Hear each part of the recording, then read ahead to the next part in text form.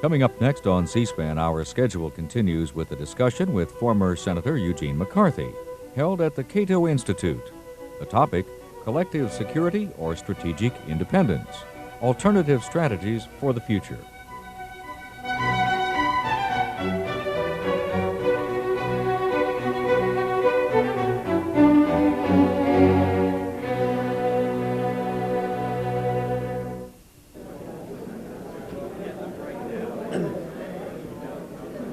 Good afternoon.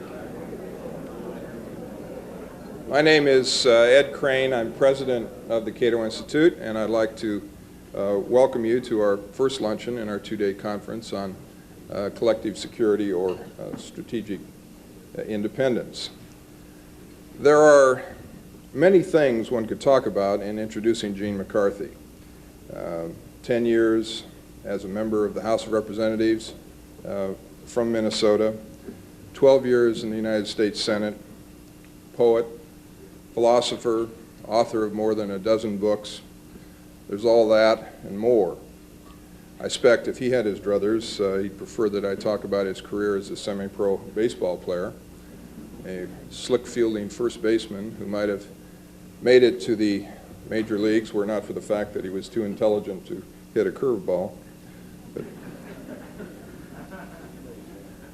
Gene may not remember this, but I first met him while sitting in the Supreme Court listening to the oral arguments on the Buckley v.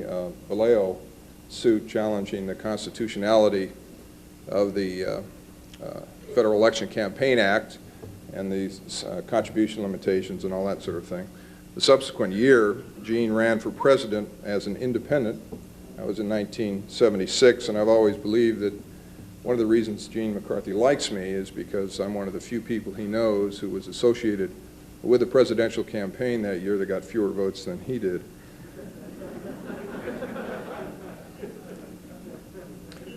More recently, Gene and I teamed up with John Anderson to try to scuttle the National Endowment for Democracy, which, among other travesties, promised to lavish millions of taxpayers' dollars on non-existent foreign policy institutes, which were allegedly affiliated with the Republican and Democratic parties, a plan rather transparently designed, I think, to let unemployed party hacks teach the natives in the Bahamas and Paris and other places around the world all about democracy.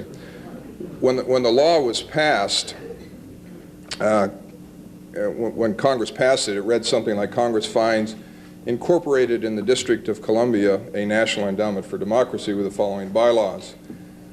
As it turned out, however, someone had forgotten to actually incorporate the National Endowment, so Gene, John, and I leapt into the breach and incorporated the National Endowment for Democracy in D.C. with all the appropriate bylaws, and we're sitting back waiting for the money to come our way.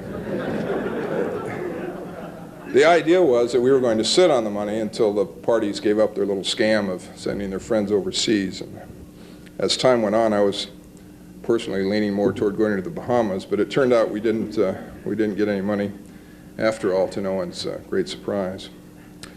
But if I may wax serious for just a moment, more than his time in Congress, more than the books he's written, more than any anecdotes I could tell you about him, I'm honored to introduce Gene McCarthy today, primarily because of the significance of his achievement in 1968. Many people today, particularly younger people, forget how terribly fragmented our society was in the mid to late 60s. While protests about the Vietnam War mounted, the establishment politicians of both parties pretended that the protests represented the views of not much more than hippies and some professional rabble-rousers. In reality, of course, tens of millions of patriotic middle Americans had grown weary of that senseless war, and they were confused and angry about being effectively disenfranchised by the political process. Into this scenario, one that was ripping apart the social fabric of our nation, strode the tall gentleman senator from Minnesota. Gene McCarthy enfranchised those millions of Americans, and the energy released was sufficient to oust an incumbent president. Since that incumbent was Lyndon Baines Johnson, I think Gene McCarthy has justly earned the gratitude of all of us and of generations of Americans to come. It's a pleasure to introduce, as our luncheon speaker, the former senator from Minnesota, Eugene McCarthy.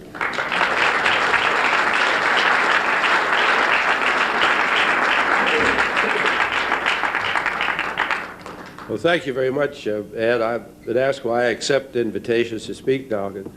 I don't really have a portfolio. I say generally I just like to hear the introduction. That's all that's left to me. Most of my speeches now are eulogies. I find that I give the same speech 3 times in the course of the life of most politicians. One in which I say what he will be, one a testimonial saying what he is, and the final one saying what he was. It's the same speech.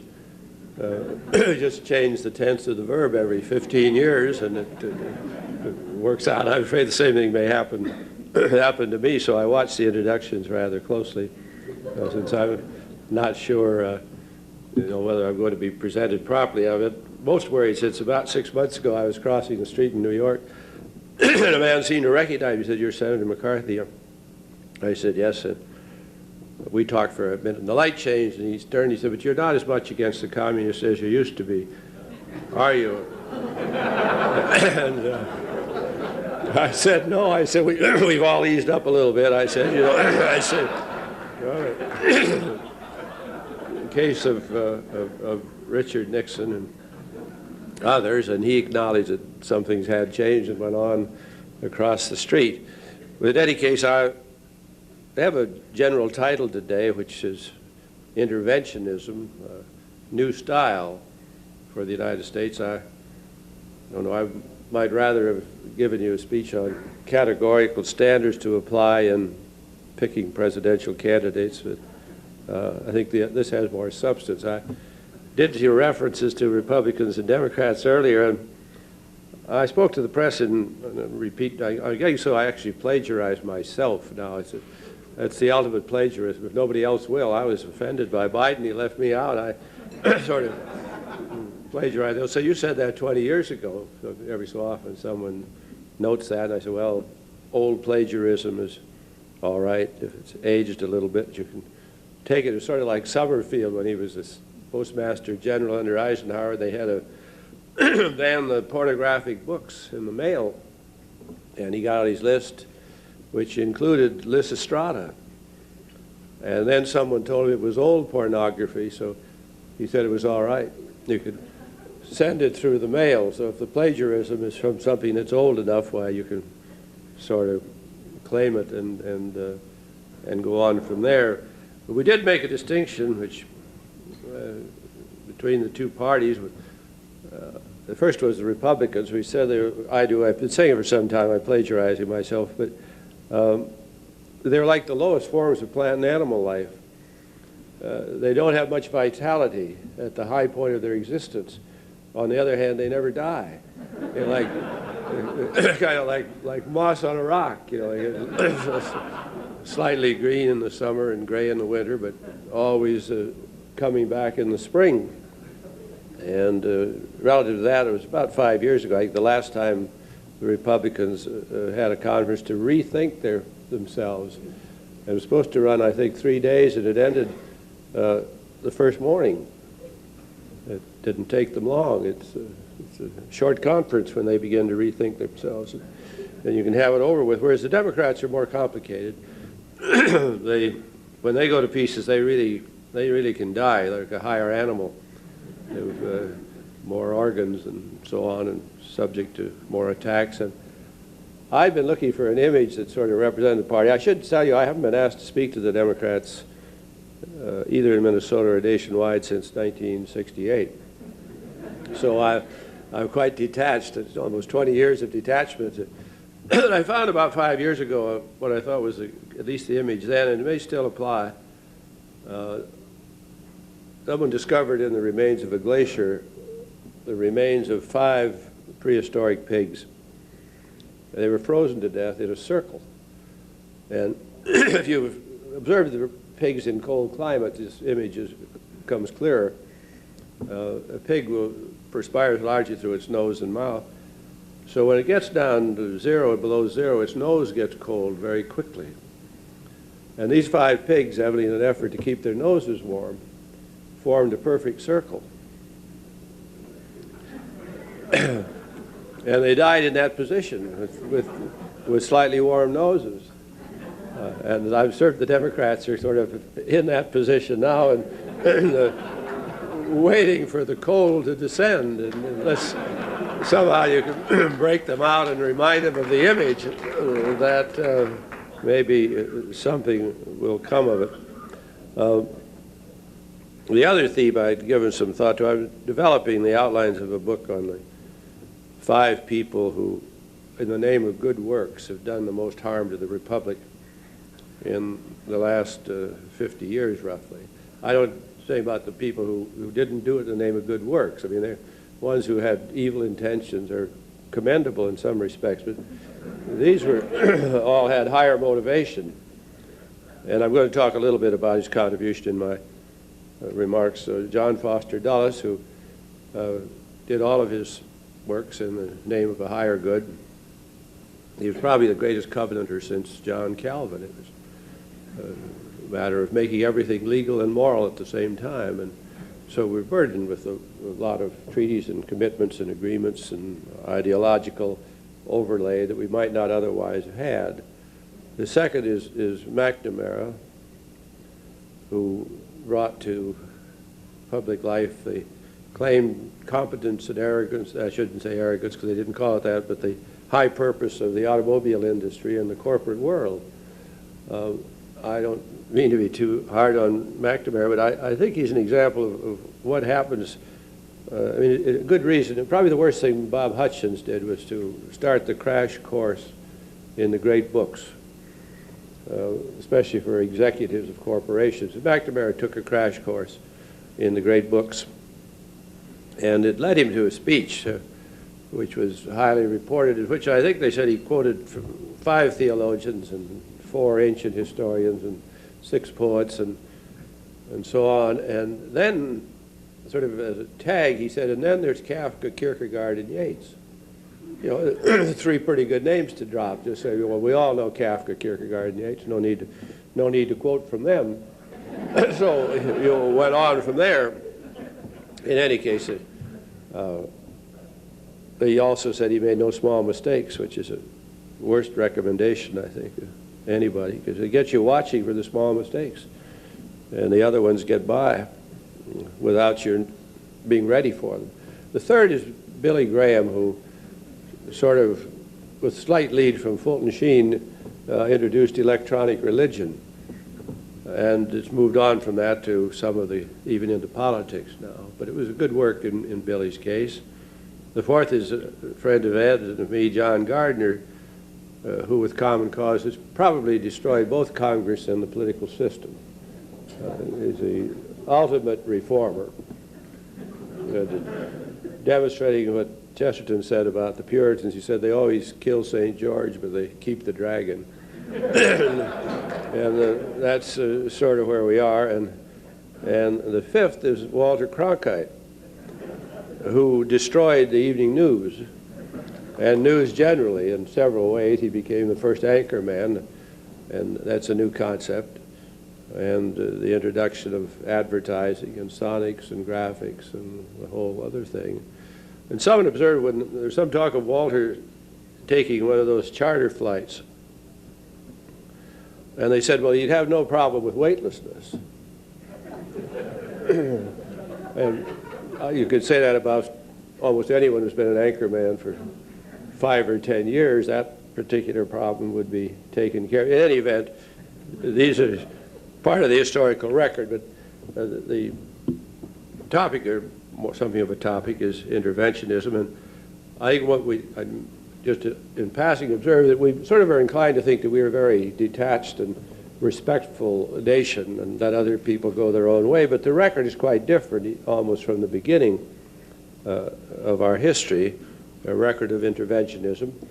And in the early cases, there was usually some protest because the interventionism could be more or less historically defined. The War of 1812 was criticized by some. The Mexican War was severely criticized and opposed by even Abraham Lincoln. The Spanish-American War, of course, very strongly opposed, and with good reasons. And of course, beyond that, taking over the Philippines. It was Mr. Dooley who observed at the time of the Spanish-American War that he'd rather be subject to a Spanish nobleman than to an American vegetable, the sugar beet. And he was quite right. And 60 years later, the force of the sugar beet industry and the importers is still operative in our policy towards Central and South America and even the Philippines. But in any case, most of those interventions and the subsequent ones in Nicaragua and so on were definable. Maybe the purpose wasn't good, but at least it was a purpose which was stated. It could be argued about. We sent the Marines in. The good thing about Marines was we knew when they embarked and when they disembarked.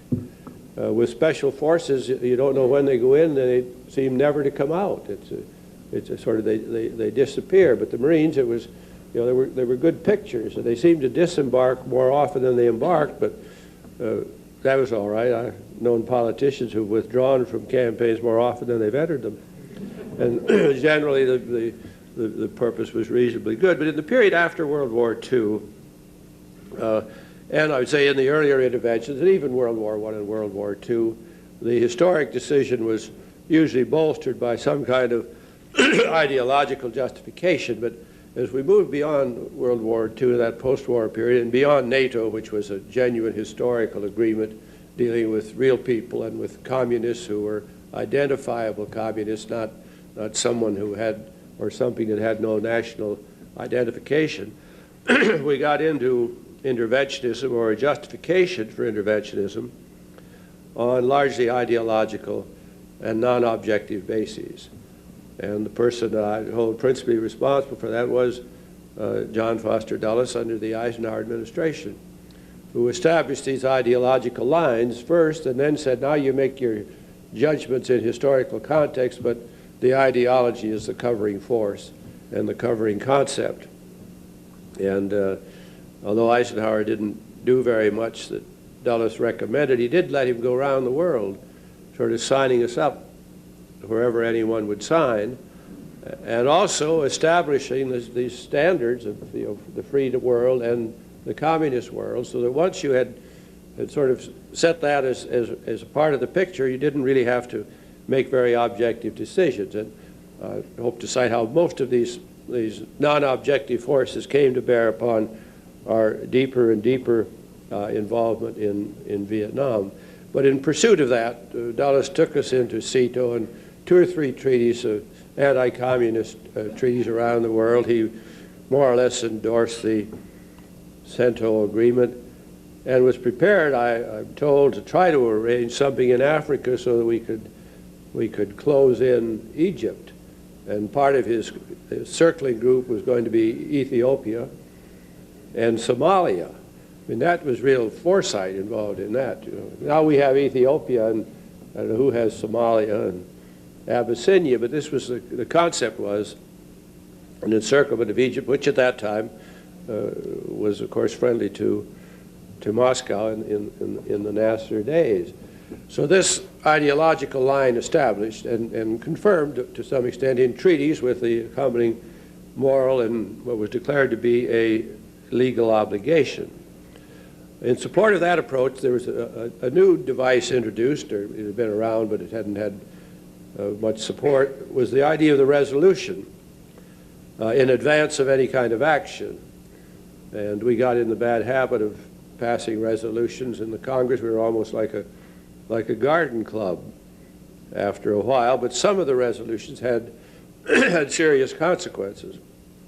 But Dulles was a prime sponsor of resolutions, in contrast with what happened under Truman. I once asked Dean Acheson whether they had ever thought of sending up a resolution on Korea. And they said they had, or someone had, but Truman had said no, that he was legally performing his responsibilities as president. He didn't want a resolution. If Congress or the Senate wanted to criticize, they could do it without the resolution. Under Dulles, why a resolution was sent up, almost every time they launched a ship, saying this ship can be used to defend the United States. And most of the time we agreed. But it went on in that mood with the resolutions, and these were then the most serious one was the Mideast resolution, in which Dulles and Eisenhower asked us to, in effect, to give them authority to go in if they were invited.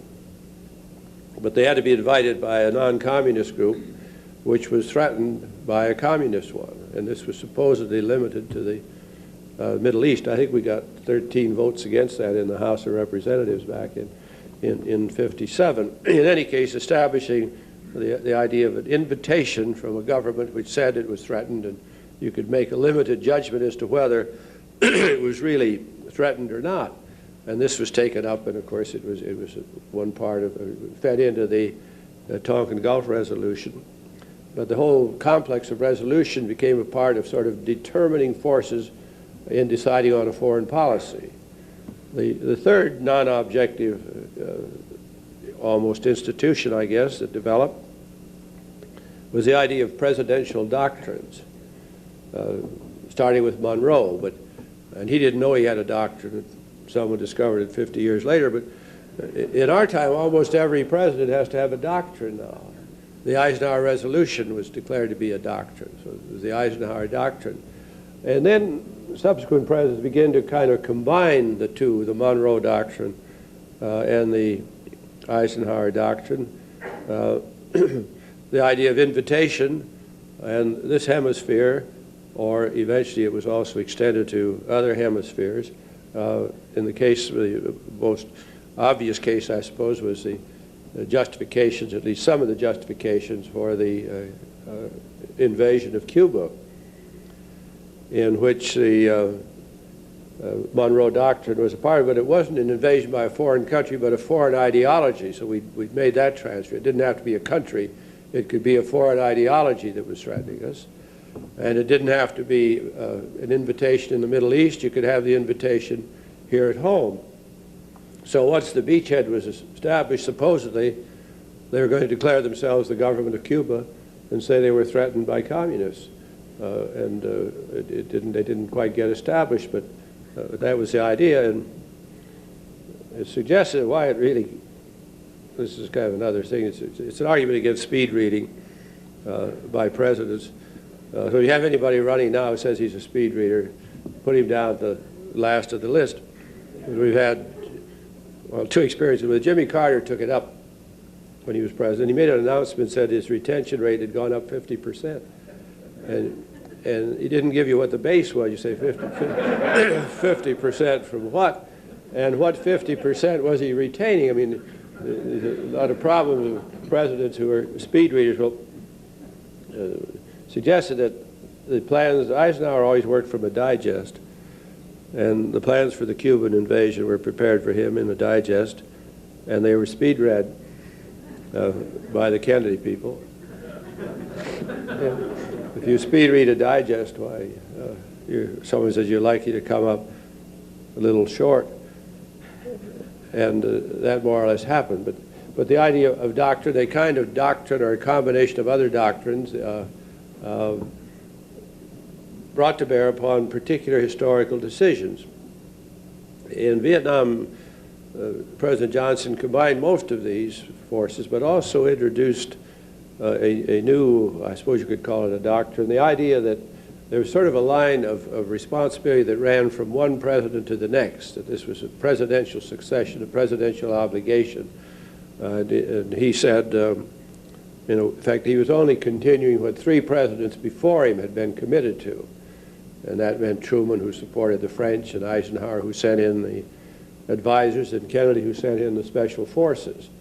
And Nixon followed, sort of adopted, you could call it the Johnson doctrine of continuity between presidents or among them, saying he was only doing what four presidents before him had advocated or advanced. You could say, well, this could become part of the national heritage, that each president would say, I'm doing what five did, and six did, until it was accepted that whatever line was started by a previous president had some kind of special national moral force, and and therefore had to be continued.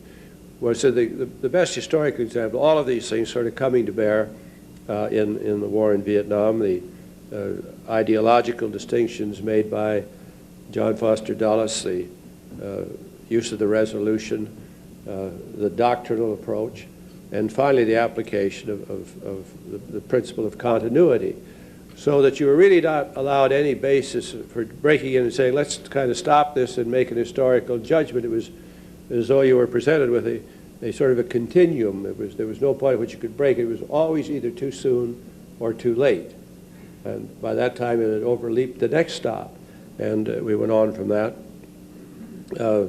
I was somewhat hopeful that the Reagan administration might be somewhat more historical in determining their foreign policy.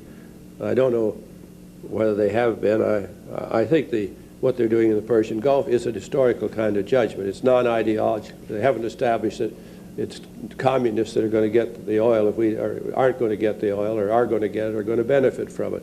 Fortunately, that's sort of out of the picture. They've had to make a kind of decision that you'd say is historical and non-ideological. Whether it works out well or not is another question, but the fact is it's made in a different context. I don't know whether one can be optimistic about them.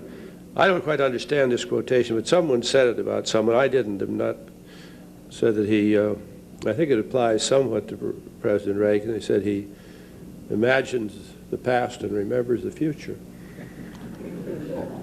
So it's always kind of now under those circumstances that it's existential. And this sort of existential force was really, it may have become more of a part of our foreign policy determination than we think. It was manifest first in the Nixon administration with reference to Cambodia, when none of the other regular forces ran, but they conducted or allowed what was called an incursion. The incursion into Cambodia. It's the first incursion in our history. We've never done one before, or had it happen to us, and you wonder about it. Where did the word come from? It has no verb. You can't incurse. And there's no way out of an incursion. An excursion is something altogether different. So there's no way in or out. So it's kind of an absolute happening, a kind of existential thing. So, well, this is just our incursion. You say, well, every president should be allowed one incursion, just to, for which he's not responsible. It's just, and actually, Reagan, the Reagan administration called Grenada. In the early stages, they called it an incursion also. And it sort of was. It was in no context. It was just, there it was, a happening. And you go in and you go out and you go on. So this may become a new device in foreign policy. In any case, I sort of say this in the hope that as we proceed, we get back to really making some rather hard objective and historical judgments about treaties in effect, but also about policies that develop either within the context of treaty arrangements and agreements, or those that are develop outside of it, in the hope that we can sort of break out of what we are now. We become, in 5 or 6 respects, we've lost sovereignty. We're probably the #1 colony in the world now to the rest of the world, not to one particular mother country or one nation, but sort of to the mass. And some of it comes from treaty arrangements. We don't really have, at least it seems not, we haven't had full control over the use of our own military. We could be called up by treaties or by resolutions or by doctrines. So you say the time has come to send the colonial troops off to Vietnam. The word is out there. We've lost a large measure of control over our own economy. Ownership, which is not so serious because you can always expropriate, but other forms of control, shipping raw materials and importing manufacturers. The loss of control over our money. We depended on the yen and the mark, and we're asking them for help. A sovereign nation has reasonable control over its own money, not absolute control, but much more, in fact, than we have now. We've really lost control over our borders, both in terms of illegal immigration and importation or the crossing of our borders with drugs and other things. It's a sort of the mark of of colonial status. We don't know quite what to do with the Cubans who were invited in. And in the sort of traditional treatment of colonies, they sent their criminals. They used to send them to Georgia, you know. And it may have been why Carter was sympathetic. The problem, but you know, send them to New Zealand, send them to Australia. And we, in fact, invited, but basically we have lost control to a significant extent over our borders, and I could add a seventh, I suppose. It's marginal but significant. The mark of colonial status is also that you don't control your language. And we have finally moved to bilingualism and multilingualism, rather than to stand and say, look, you really have to have a unifying language in the country, because we scarcely understand ourselves even in English.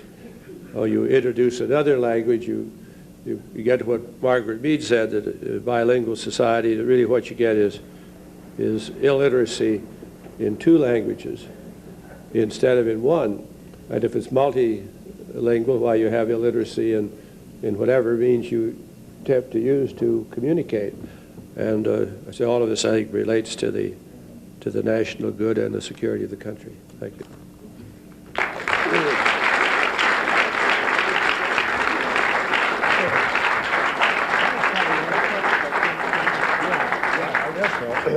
Well, if Ed says, if you want to ask questions, why, fine. I mean, if you have to leave, why? We say in the Senate, if you have anybody there when you start a speech, you're fortunate. You don't expect anyone when you finish, so I won't be offended if anyone has to leave early. I'd say, yes, sir. I'd like to know how to judge our presidential candidate.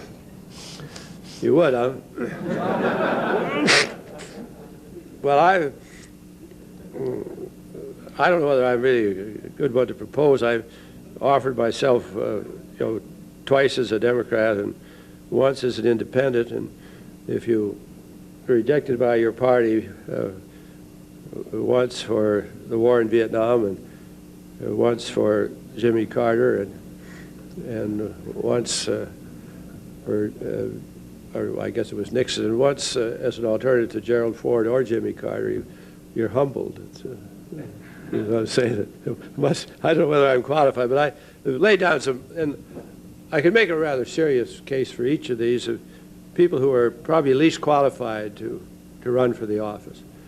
Sort of negative, but you don't have to deal in personalities if you approach this way. The first category, I think, of people who should be looked upon pretty negatively are governors, especially if they've been good governors. If they haven't been anything else after, they really bring to the White House a kind of arrogance and overconfidence that they can deal with national problems because they dealt with state problems which are comparable but not similar. You get a governor who says, well, I handled the National Guard. I sent him to Berkeley, you know, and therefore I can deal with the Pentagon. And it's another world. Or is it I balanced the state budget, as Jimmy Carter, I think, did, and Dukakis. So I just let me at the federal budget. Or I dealt with the state highway patrol. I reorganized the bureaucracy. And you turn them loose on something like, the Internal Revenue Service or whatever it is, and they're in another country that takes them a long time. We used to say it took a governor about one term in the Senate just to get over being a governor, and it wasn't so serious. But to put them in the White House right out of the governorship or without any other experiences, I think it puts them in a situation where what they have to unlearn is so much that they can scarcely get adjusted, especially since we've moved to inaugurating governors or presidents in January. It used to be we made them wait till March. So you had not only 100 days after March, but you had 100 days before. So Roosevelt's 100 days was really about 200 days. And you now put them in January, and they start making decisions in February, which is the worst month of the year, in which to decide. The Romans and the Greeks worshiped the dead in February. And here we are, we put the president in now and say, start making decisions. It's February. And the second category are vice presidents. I think sometimes because we say you get an unbalanced candidate for the presidency, then you pick an unbalanced vice president. So you put the two unbalanced people together and say you have a balanced ticket. And oftentimes it's a person who would never have been in line for the presidency and shouldn't have been. Or sometimes it's a good person who, Paul Axel said, vice presidents are sort of ruined by the office. And once they get done, especially if they've been with a president who said they're going to give new meaning to the office. If you had someone who had a vice president said, I'm not going to, he's just going to be, when he gets done what he is now, I'm not going to change it, we're not going to give new meaning to the office, why, you can take a chance. But put that on. Walter Mondale said that, well, I think Nixon was the first one that said, Eisenhower said he was going to give new meaning to the office of vice president. And Mondale said that he and Jimmy, that after they got done, they had institutionalized the relationship of president to vice president. The new meaning they had given to it had now been institutionalized. And Walter attempted to explain this in a metaphor, and Walter's a Methodist, and Methodists are not very much for metaphor. If you know that they're against graven images and liturgy and things like that, and about all they're allowed is an adjective. But Walter moved into metaphor, and he said that that the vice presidency had become like the vermiform appendix, that it had almost atrophied, and that they had revitalized it. You say, why revitalize the appendix? You follow it through. It was never good for any. I think some stage of evolution, it was kind of a repository for bark, which stayed there and fermented until it was digestible, or at least could be passed on. And to say that this is what they'd done with the vice presidency and the structure of government, you'd say, would raise some rather serious questions. Third, I would say ministers and the sons of ministers, and even leading laymen. I say they're suspect. Fourth, I would say corporate presidents, especially of large corporations. There's a different concept of government and order and procedure, and you could even refine that a little more, saying especially of the automobile industry. I say that. And I think I'd include generals as kind of the fifth category. And then you can go on into greater refinements, like is it somebody who survived on artificially supplied oxygen for a long period of time, either in outer space or in a submarine or something like that. You know, and I have a whole list of those really refined ones, but that's the only one that comes to mind right now. And they have some application. Does he announce if it's a man or woman with his spouse and children and the family dog on the platform? Say, especially if they bring the dog, or all this stuff about I want to expose my financial returns, or I want to tell you about my health, the thing that was done, I think first in 72 when the candidates, and then when Carter took applications for the vice presidency, he asked all of the people he nominated to file a medical report.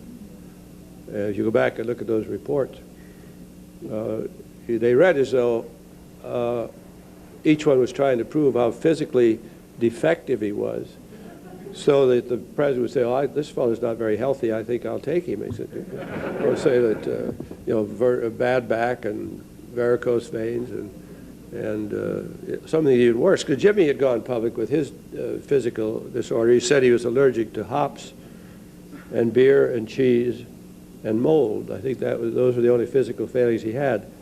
Later on, he said that he had hemorrhoids, but not at the time he was filling out the report. and Mondale said he had hypertension. And then Jimmy came out and said, well, he was very impressed with Walter's integrity because Walter had called him or asked if he could modify his medical report, that he had forgotten to tell him something. And Jimmy said he was very impressed because it was something that he wouldn't have discovered. I said, well, it turned out it was a hernia. And Jimmy said that, I think, moved him to pick Walters. If you got a man with hypertension on the one hand and a hernia on the other, you'll be rather restrained and, careful, and he won't be forcing you. Well, I have more, that's enough. If you still have a candidate left after that, who I talk to me afterwards, I'll give you some other standard for judging him. Maybe I better quit on that. Yes, sir. Does your list leave us to choose a president just from the senators? Well, they're not excluded yet. Yeah, I haven't quite excluded House members, but they're in a category that's suspect. But the Senate is a pretty good, or people who've been in an administration and have established themselves as knowing something about the federal government. And I haven't academics yet, unless they're Rhodes Scholars.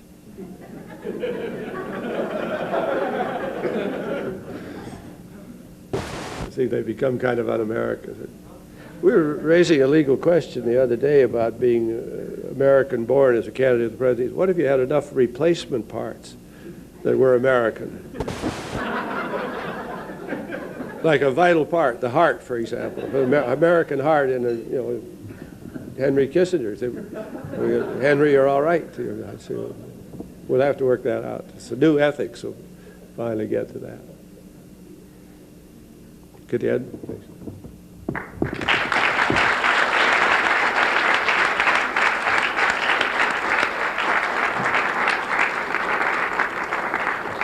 I'd like to thank Gene McCarthy for, as usual, putting things into proper perspective for us. The conference will reconvene in about 3 minutes.